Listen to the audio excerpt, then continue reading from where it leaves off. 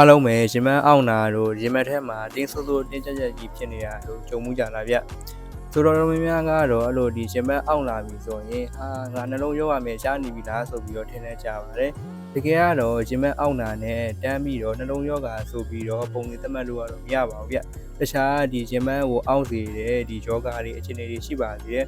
ဆိုတော့ဒီနေ့မှာတော့ဒီရင်မအောင့်စေတဲ့ဒီယောဂမျိုးစုံဒီအခြေအနေမျိုးစုံကြောင့်ပြောပြသွားမှာပဲဖြစ်ပါတယ်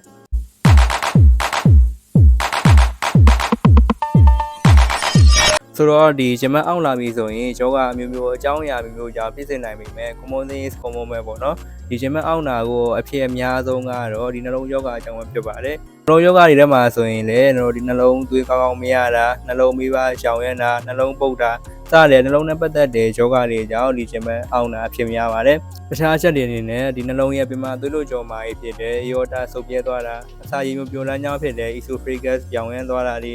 ရင်မပိုင်းထဲမှာရှိတဲ့ကစားတစ်ခုကြောင့်လည်းဒီရင်မအောင်နာဆိုတာဖြစ်စေနိုင်ပါတယ်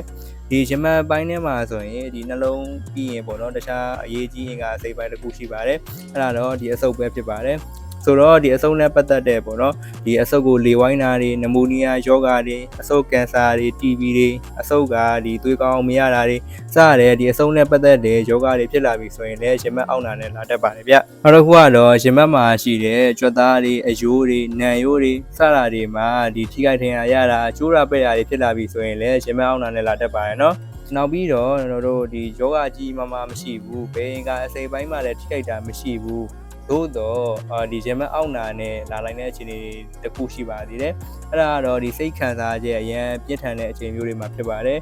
ဥပမာဒီဒေါသအရန်ထွက်ရတဲ့အချိန်မျိုးတွေအရန်ဒီဝမ်းနဲ့ကြေကွဲရတဲ့အချိန်မျိုးတွေအရန်ဒီစိတ်သောကအရောက်ပူပန်ရတဲ့အချိန်မျိုးတွေမှာရင်မအောင်လာတတ်ပါတယ်ဥပမာအပြင်တော့ဒီလူငယ်ကြားထဲမှာဆိုရင်အသေးကွဲပြီးတော့ရင်မအောင်လာကြသလိုမျိုးပေါ့နော်ဆိုတော့ဒီအသေးကွဲတာနဲ့ဒီရင်မအောင်တာနဲ့ပတ်သက်ပြီးတော့လည်းကျွန်တော်ရှေ့မှာဗီဒီယိုတစ်ပုတ်ပြသနေပြတာရှိတယ်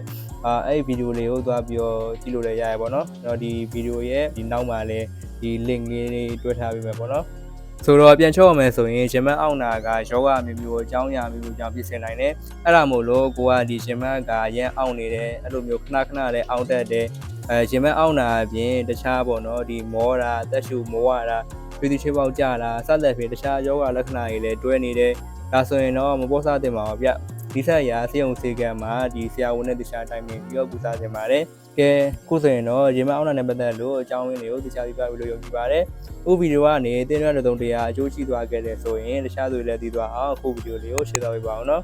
ကဲအဲ့ဒါဆိုရင်တော့ပါပဲနောက်နေ့မှာလည်းပို့ပြီးတော့စိတ်ဝင်စားဖို့ကောင်းတဲ့ကျမရဲ့ဗီဒီယိုတွေနဲ့တို့ပြင်လာခဲ့ပါမယ်နော်